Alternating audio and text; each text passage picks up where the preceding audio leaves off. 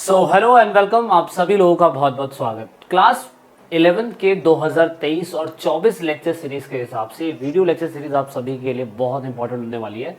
इस पार्ट 4 में आप जानेंगे कि किस तरीके से पीआर सिस्टम के अंदर हमने देखा कि पूरे पूरे इजराइल को और पूरे होलैंड को और पूरे नीदरलैंड को एक कॉन्स्टिट्यूंसी बना दिया जाता था और जितने भी वोटर्स वोट डाल रहे होते थे उसके सारे के सारे कैंडिडेट पार्लियामेंट, वहां की पार्लियामेंट के अंदर जाते थे। सेम ऐसा ही हमने मल्टी कॉन्स्टिट्यूंसी अर्जेंटीना और उसके बाद एक और कंट्री है जिसके बारे में हमने जाना था कि वहां पे मल्टी कॉन्स्टिट्यूंसी बनाई जाती थी, मतलब लेकिन फिर भी वहां पे पीआर सिस्टम को ही लागू किया जाता। अब तीसरे प्रकार का एक और पीआर सिस्टम है जो भारत के अंदर लागू करा जाता है और जिसके लिए क्लास 11 के बच्चों को थोड़ी सी मैथ्स आनी चाहिए। जमा घटा गुणा तो सभी को आता है और एक छोटा सा फॉर्मूला, अगर ये फॉर्मूला आपको समझ में आ जाता है, इट मीन्स दैट आप लोगों को ये समझ में आ जाएगा कि भारत के अंदर राज्यसभा के इलेक्शन होते कैसे हैं और उसमें हम पार्टिसिपेट क्यों नहीं करते हैं और किस तरीके से इलेक्शन के रिजल्ट्स सुनाए जाते हैं। देखिए, सबसे पहले तो मैं आपसे ये उम्मीद करता हूं कि आप लोगों ने हमारा वीडियो लेक्चर सीरीज जो था वो पहला और दूसरा तीसरा जरूर देखा होगा, क्योंकि मैंने बहुत ही एक दो लाइनों के अंदर समझाने की कोशिश करी थी कि एफपीटीपी सिस्टम क्या है, पीआर सिस्टम क्या है और पीआर सिस्टम इजराइल में कैसे लागू होता है, नीदरलैंड में कैसे लागू होता है और पीआर सिस्टम किस तरीके से मल्टी कॉन्स्टिट्यूंसी वाले प्लेस में लागू होता है, जैसे हमने अर्जेंटीना एक कंट्री हमने देखी थी उसके अंदर।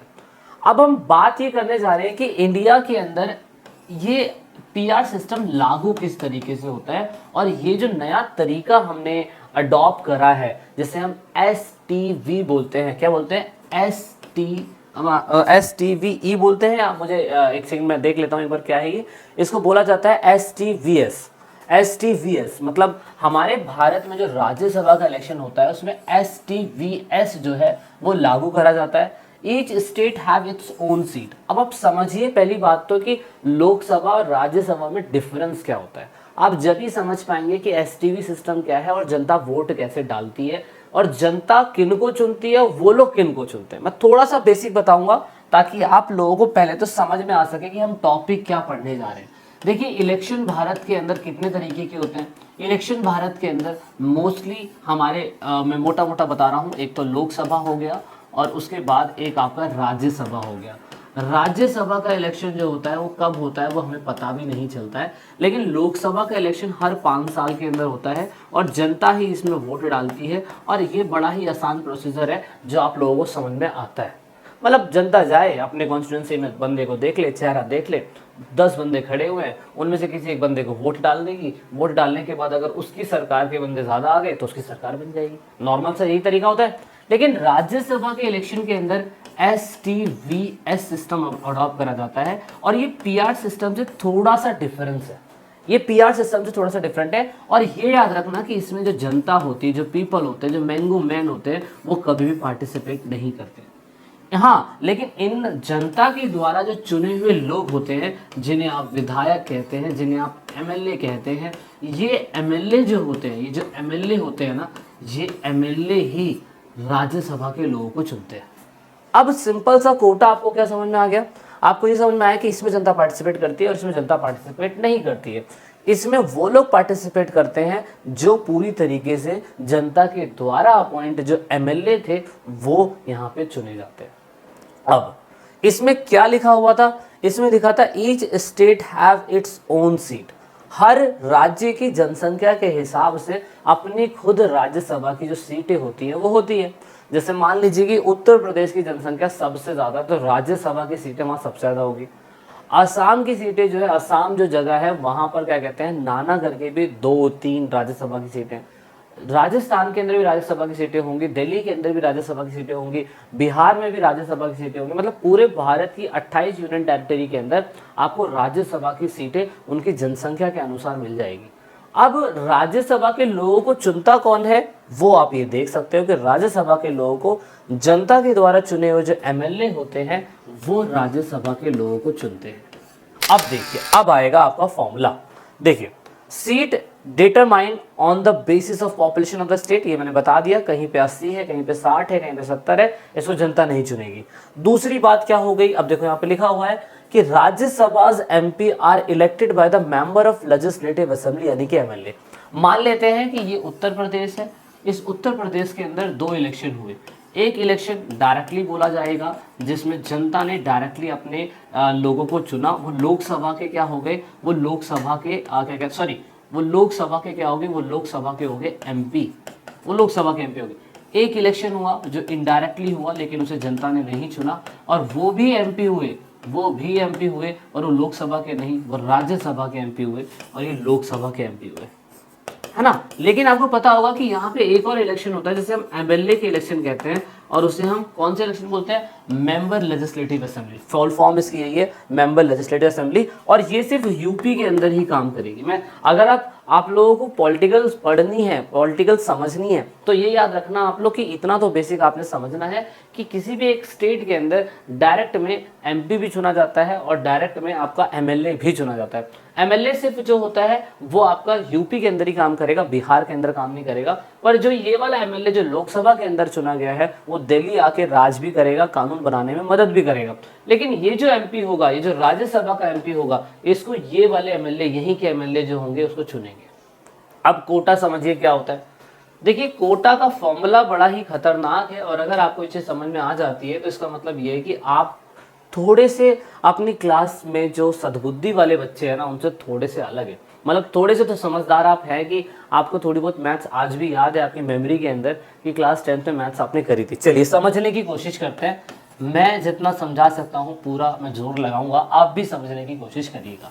देखिए इसे बोलते हैं STVS system, single transferable vote system, जो सिर्फ हमारे इंडिया में PR सिस्टम का एक ऑल्टरनेट है जो राज्यसभा के अंदर फॉलो होता है। मान लीजिए कि यूपी के अंदर टोटल एमएलए जो हैं उनकी संख्या 400 है, ठीक है, उनकी संख्या 400 है। लेकिन यूपी के अंदर से ही राज्यसभा का एमपी चुना जाना है, और हर साल जो एमपी होते हैं वो हर राज्यसभा के जो एमपी होते हैं वो हर 1.5 से 2 साल के अंदर बदलते रहते हैं। लेकिन मैं बता रहा हूँ कि यूपी के अंदर मान लीजिए कि इस बार जो इलेक्शन, मतलब जो राज्यसभा के इलेक्शन होने हैं, उसमें से मान लेते हैं हम लोग 4 या मान लेते हैं 5 लोगों को, 5 एमपीओ को निकालना है, 5 एमपी को निकालना है। लेकिन तुम्हें ये याद रखना है कि एमपी को निकालने के लिए वोट डालने का परमिशन सिर्फ इनके पास ही है। तो फॉर्मूला क्या होता है, फॉर्मूला ये होता है कि कुल मतदान, कुल वोटर्स बोल लीजिए, कुल मत बोल लीजिए, और उसके बाद यहाँ पे आपका कौन सा, ये देख लीजिए फॉर्मूला, मैं यहाँ पे दिखा देता हूँ, एक सेकेंड, ये वाला फॉर्मूला है।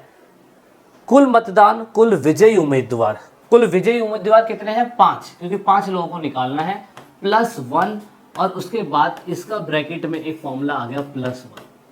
समझते हैं इसका मतलब, इसका मतलब ये हो गया कि अगर यूपी के अंदर से 5 एमपी को चुना जाना है, 5 एमपी जो राज्यसभा के अंदर बैठेंगे उनको वोट डालेंगे राज्यसभा के लोग, और ये वहां के एमएलए ही डालेंगे। तो इसका फॉर्मूला हो गया कि टोटल 400 लोग वोट डालेंगे, टोटल 5 कैंडिडेट वहां से इलेक्ट होंगे, और उसके बाद 1 प्लस में, एंड देन उसके बाद 1 प्लस में ये हो गया। तो ये अपना हो गया 400, ये हो गया 6, क्या ये कट रहा है, 6 एकम 6, 6 चौक 24, 6 6 36, 6 6 36 हो गया ये, और उसके बाद इसको हमने दे दिया 4, तो 6 6 36 समथिंग, हम इसको मान लेते हैं कि 67 मान लेते हैं। तो इसको हमने 67 मान लिया, और प्लस में 1, क्योंकि ये फॉर्मूला था, तो यानी कि 68 वोट। मतलब अगर मान लेते हैं कि अगर 5 कैंडिडेट खड़े हो रहे हैं, 5 कैंडिडेट को यूपी के अंदर से निकालना है राज्यसभा के इलेक्शन के लिए, तो हर कैंडिडेट, देखिए होता क्या है, यूपी के अंदर 5 लिस्ट बना दी गई सरकार ने कि भाई हम लोग इन 5 लोगों को चुनेंगे, ABCDE, 5 लोगों को हमने चुना। तो याद रखना कैंडिडेट बहुत सारे खड़े होते हैं, लेकिन हम लोग सिंगल ट्रांसफरेबल वोट सिस्टम का मतलब क्या होता है, इसका मतलब ये होता है कि अगर कोई भी बंदा राज्यसभा के अंदर जाएगा तो उसको मिनिमम 68 वोट तो चाहिए ही चाहिए। यानी कि जितने 400 लोग हैं जब वो वोट डालेंगे तो जो भी कैंडिडेट के पास, मान लीजिए कि मैं यहाँ से थोड़ा सा आगे बढ़ा देता हूँ, मान लीजिए कि इलेक्शन के अंदर जो कैंडिडेट खड़ा होना है, मतलब जो राज्यसभा के अंदर लिस्ट बनी हुई है वो कुछ इस प्रकार की है कि ए है, बी है, सी है, डी है और ई है। मान लेते हैं नाम है ये रामलाल, गयालाल, भूपेंद्र पाल, फलाना ढिमकाना, ऐसे कुछ भी नाम है, सोनू, मोनू, रोनू, जो भी है। अब 400 टोटल वोट है, जितने एमएलए हैं वही वोट डालेंगे।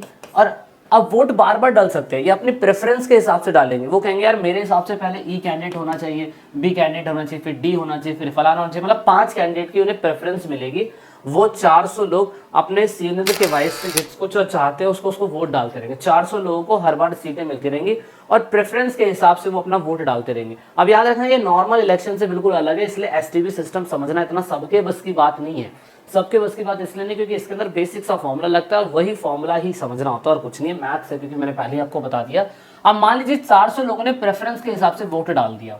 अब प्रेफरेंस के हिसाब से अगर वोट डाल दिया तो इसको मिले 68, इसको मिले 69, इसको मिले 70, इसको मिले 71 और मान लीजिए कि इसको मिले 29, एक एग्जाम्पल के लिए। तो ऐसी स्थिति के अंदर अभी भी तो सिर्फ कितने लोग चुने गए? 4 लोग ही चुने गए।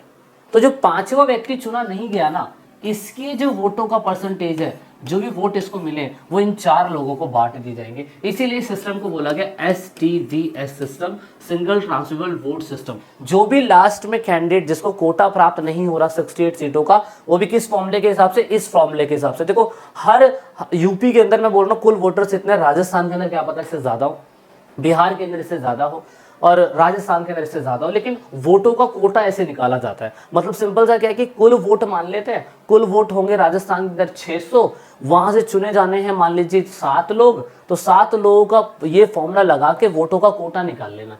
जो वोटों का कोटा निकालेगा तो वोटों का कोटा निकालने के बाद फिर कैंडिडेट को प्रेफरेंस के हिसाब से वोट डाल दिया जाएगा। जिस भी लास्ट कैंडिडेट को क्या कहते हैं सीटें नहीं मिली थी, उस कैंडिडेट की यही सारी सीटें इनको ट्रांसफर कर दी जाएगी।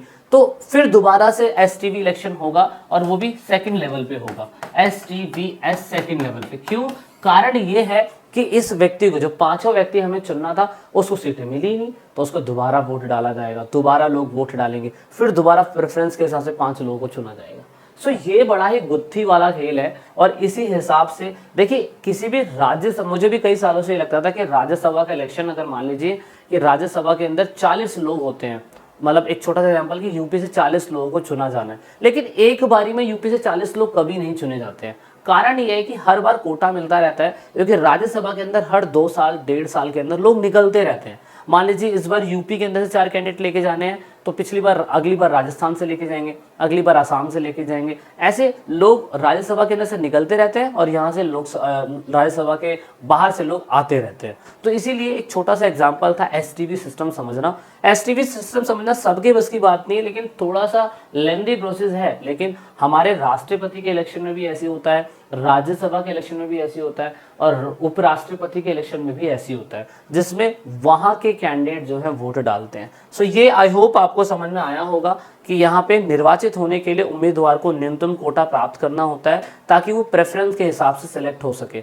The characteristics of the election adopt in our country, हमारे देश में अपनाई गई चुनाव प्रणाली की विशेषता यही है कि it is simple electoral system without any competition. FPT system is best suitable for the large country India, India के लिए तो है ही अच्छी। FPT system provide the voters to choose their favourable candidate और FPT system represent a particular constituency. दूसरा, this system coordinate the difference selection of the society. कोई दिक्कत नहीं है, लेकिन ये वाला पार्ट ना पेपर के अंदर जरूर याद कर लेना।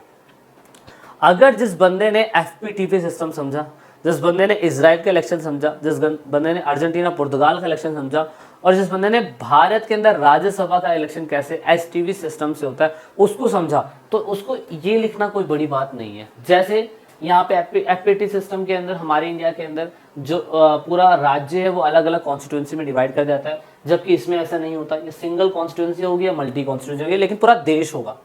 यहाँ पे स्टेट होगा, जैसे उत्तर प्रदेश है, उत्तर प्रदेश इतना बड़ा प्लेस है, तो यहाँ पे क्या एक ही बार में इलेक्शन होगा? नहीं, अलग अलग समय में अलग अलग कॉन्स्टिट्यूंसी बांटी जाएगी, अलग अलग समय में अलग अलग इलेक्शन होगा। लेकिन यहाँ पे क्या होता है, यहाँ पे पूरा का पूरा स्टेट लिखा है, पूरी की पूरी कंट्री होती है। पूरी की पूरी कंट्री जो होती है वो एक ही कॉन्स्टिट्यूंसी में या मल्टी कॉन्स्टिट्यूंसी में डिवाइड कर देते हैं, जैसे कि हमने इजराइल, पुर्तगाल और अर्जेंटीना का एग्जाम्पल देखा। Constituency are a small territorial area, ये होता ही होता है, और constituency are in a large territorial area. यहाँ पे छोटा एरिया होता है, जैसे उत्तर प्रदेश का छोटा एरिया, वहाँ इलेक्शन होगा, लेकिन यहाँ पूरे पूरे कंट्री के अंदर इलेक्शन होता है, इसलिए यहाँ का एरिया बहुत बड़ा होता है। 1 representative is elected from the each constituency.